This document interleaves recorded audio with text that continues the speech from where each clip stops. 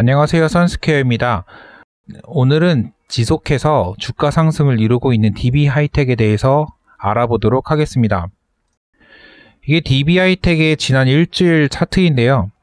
전체적으로 우상향하는 것을 보실 수가 있겠습니다.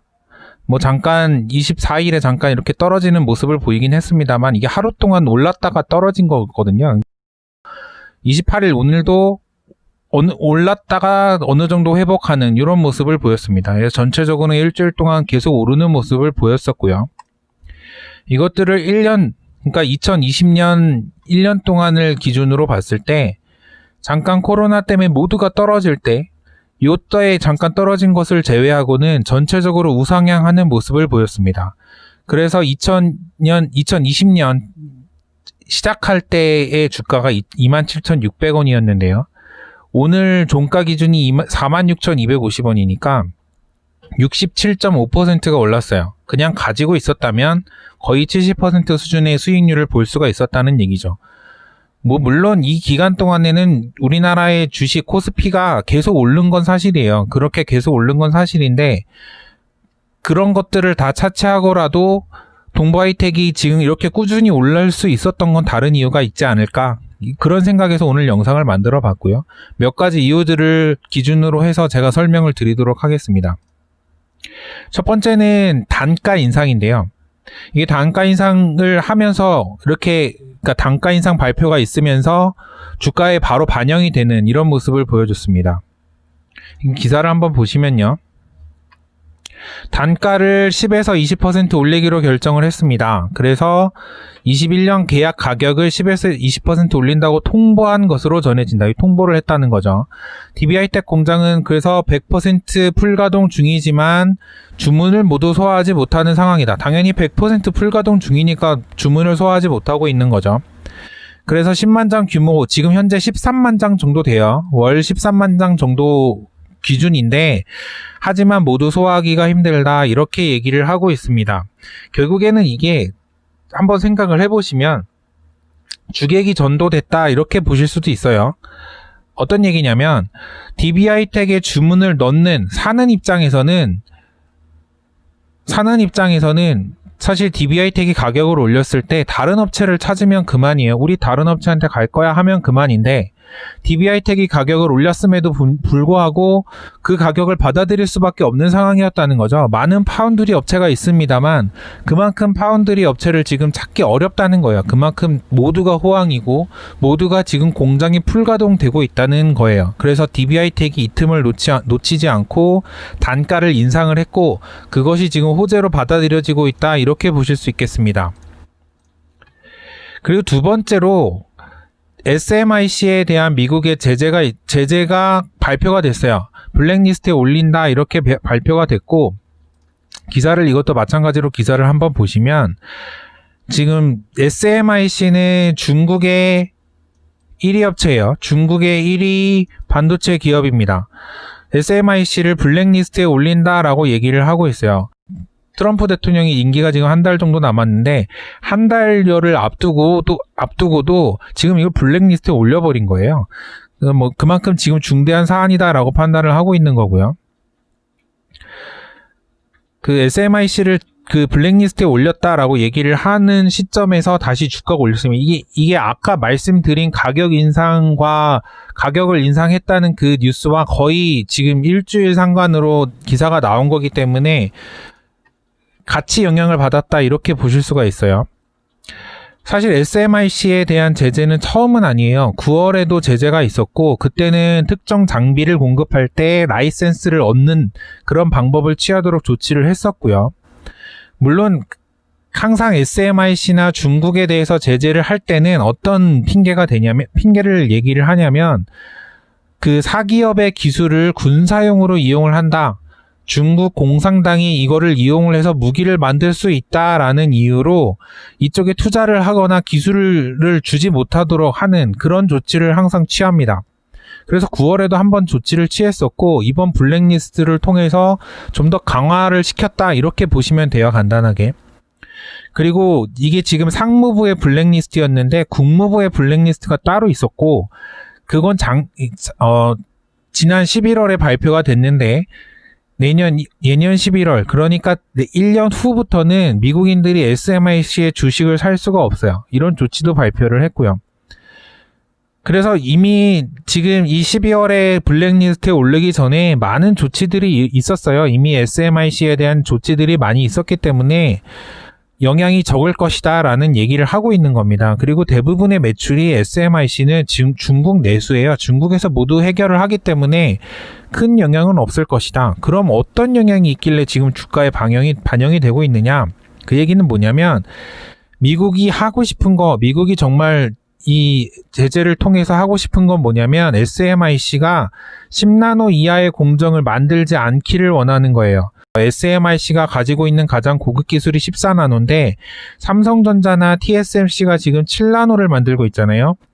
물론 SMIC의 마일스톤도 10나노, 7나노 쭉 있어요. 근데 굉장히 빠릅니다. 중국 정부의 그 지원을 받고 있기 때문에 SMIC가 7나노를 하는 게 2023년 이렇게 얘기를 하고 있어요. 뭐 말이 되는지는 모르겠지만 어쨌든 굉장히 빠른 속도로 진행을 하고 있다 이렇게 얘기를 하고 있어요. 현재 지금 14나노도 전체 비율로 보면 10% 이내로 보기 때문에 이게 지금 굉장히 절대적이다라고 할 수는 없는데 미국에서는 결국 SMIC, 그러니까 중국이 10나노 이하의 공정을 만들지 못하도록 하는 데에 초점이 있습니다. 그러니까 10나노 이하를 만들도록 할 때는 어떤 EUV 장비나 어떤 특수한 장비들이 들어가잖아요. 그런 것들 제공해주지 말라는 거예요. 그런 기술 주지 말라는 거죠.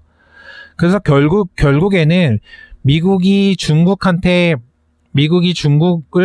10나노 이상의, 그러니까 10나노 이하의 고급 기술을 만들지 못하도록 하면서 혜택은 삼성하고 TSMC가 볼 수밖에 없는 그런 상황이 됐습니다.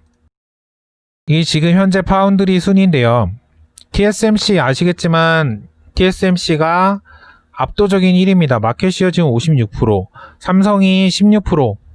요즘 삼성이 목표가 2030년까지 TSMC를 따라잡겠다 뭐 이런 얘기를 하고 있는데 TSMC도 투자하는 게 어마어마하거든요. 가만히 있지 않습니다. 그래서 점점 그러니까 벌어진다라기보다 어쩌면 평행을 유지하고 있는 이런 상태가 되고 있는 상황이에요. 그래서 기술적으로는 제가 봤을 때도 2강이라고 할 수 있겠지만 실질적으로 매출이나 이런 거 봤을 때 파운드리에서는 TSMC의 1강이에요. 그리고 삼성이 따라가는 모습입니다. 그리고 순위에서 한번 보실 게 국적인데 TSMC 대만, 한국, 그 다음에 UMC 대만이죠. 미국 업체예요. 글로벌 파운드리는 미국 업체고 SMIC가 중국이잖아요. 이게 중국 최고의 반도체 업체인데 이 업체를 타겟으로 해서 블랙리스트로 올렸다는 거는 중국의 반도체 그 산업을 따라오지 못하도록 만들겠다 이런 얘기가 되겠습니다. 그리고 오늘 얘기하고 있는 DB 하이텍은 1% 내외의 점유율을 가진 파운드리 업체고요. 그리고 물론 다 아시겠지만 이 TSMC와 삼성 요런 이 업체들이 하는 그 파운드리 업종과 DB 하이텍이 하는 업종은 조금 달라요. DB 하이텍은 90나노 이상 되는 그런 비메모리 부분에서 이미지 센서나 이런 것들을 만드는 데 주력을 하고 있고요. TSMC나 이쪽은 그런 인텔이나 이런 칩들을 만드는, 그러니까 그 CPU나 AP 같은 것들을 들어가는 것들을 주로 만들고 있죠. 그러니까 좀 그 업종이 겹친다 이렇게 볼 수는 없습니다만 파운드리라는 전체적인 큰 카테고리에서 봤을 때 이렇게 순위를 매길 수 있다 이렇게 볼 수 있겠습니다. SMIC의 그 라인업을 한번 보실 필요가 있는데요. SMIC는 아까 말씀드린 대로 최고 기술이 14나노예요. 14나노는 사실 굉장한 기술입니다. 14나노의 기술을 가지고 있는데 14나노는 전체 캐파에서 많이 되지 않아요.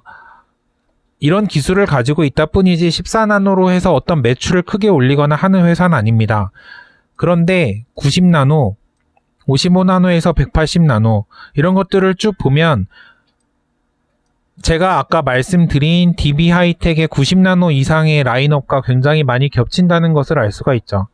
그래서 사람들이 이제 얘기를 할 때 SMIC가 제재를 받으면 삼성이나 TSMC가 이제 10나노 이하에서 독보적으로 더 치고 나갈 수 있는 것도 되지만 DBH텍이나 이쪽도 수혜를 받을 수 있지 않을까 이렇게 생각을 하고 있는 겁니다.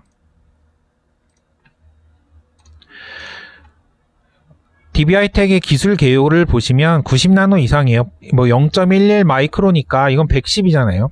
그러니까 90나노 이상의 큰 이쪽으로 가는 반도체 파운드리 서비스를 하고 있는 거예요. 아날로그 반도체들을 주로 하고 있는 거고요. 생산 능력은 월에 13만 장. 그리고 중요한 것은 여기서 이게 8인치 웨이퍼를 쓰고 있다 이렇게 얘기를 하고 있는 거죠. 그래서 SMIC와 유사한 포트폴리오를 가지고 있기 때문에 제재 시에 DBH텍도 득을 볼 수 있지 않을까 이렇게 지금 판단을 하고 계신 겁니다. 그리고 하나 얘기가 DBH텍이 지금 증설을 고민 중이다 라는 기사가 계속해서 나오고 있어요. 제가 가져온 거는 사실 9월 기사긴 한데 11월에도 얘기가 있었고요. 7월에도 얘기가 있었고 제가 알기로는 며칠 전에도 찌라시 형태로 한번 돌았던 걸로 알고 있어요. 증설을 계속 얘기를 하고 있는데 하긴 할 겁니다. 증설이든 이게 단순하게 증설로만 볼 수 있는 건 아니고요. 증설이든 아니면 증설이든 M&A를 통해서 어떤 캐파를 늘리든 캐파업을 할 거예요. 캐파업을 할 여지는 충분합니다. 왜냐하면 지금 계속 100%인데 이 100%인데 호황인 거는 굉장히 어떻게 보면 회사 입장에선 스트레스일 수도 있어요. 물량은 계속 들어오는데 그거를 받아들이지 못하면 결국 매출로 이어지지 못하거든요. 회사 입장에서는 좀 더 받아들이고 싶은 거죠. 그러려면 증설밖에 답이 없는데 문제는 이게 반도체 산업이라는 게 돈이 어마어마하게 들어가잖아요. 그러니까 증설을 하는데 돈이 한두 푼 들어가는 것도 아니고 그리고 공장을 짓는다라고 했을 때 1, 2년 최소 1, 2년이죠. 그렇게 시간이 들어가는데 그런 것들을 감내하고 그 이후의 시간에도 호황이 이어질 것이냐. 그렇지 않다 그러면은 손해가 나는 거잖아요. 그러니까 지금 DB 그룹 자체에서도 굉장히 증설을 가지고 얘기가 많았다라고 얘기를 합니다. 지금도 얘기를 하고 있을 것 같아요. 그래서 그룹 차원에서 이거를 어떻게 해야 될까 고민이 많고 아직 답이 나오지 않은 공식적으로 답이 나오지 않는 상태입니다. 하지만 이런저런 소문들이 있는 상태고 결국 이게 증설이 된다라고 했을 때는 8인치를 계속 더 늘릴 것이냐 아니면 대세에 따라서 12인치를 새롭게 만들 것이냐 이런 또 선택도 해야 돼요. 그래서 지금 DB의 주주분들은 이 증설 소식을 굉장히 많이 기다리고 계실 겁니다. 근데 지금 올라가는 거에는 제가 봤을 때 지금 이렇게 올라가고 있는데 이거는 증설 얘기가 없이도 이렇게 올라간 거라고 저는 판단을 하고요. 증설 얘기가 있다. 그럼 이거 2배 이상 이렇게 올라가야죠. 그렇게 판단을 하고 있습니다.